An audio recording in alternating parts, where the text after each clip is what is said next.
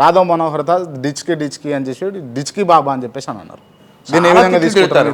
అదే చాలా తిట్లు తిడతారు. అది ఒకటి పర్టికులర్గా దాన్ని మెన్షన్ చేస్తూ దాన్ని హైలైట్ చేస్తారు. కాదన్నా, ఇప్పుడు పోనీ వింటావా? నన్ను తిట్టిన తిట్లు బోల్డ్ తిట్లు తిడతారు, లకార ప్రయోగాలు వికార ప్రయోగాలు. నేను వాళ్ళని తిట్టను, వాడు నన్ను తిట్టిన వాడు ఎవడైనా వాడిని తిట్టను, వాడి బుక్నే తిడతా. ఎందుకని? వాడిని తయారు చేసింది ఎవరు? ఆ బుక్ కదా వాడిని అలా తయారు చేసింది.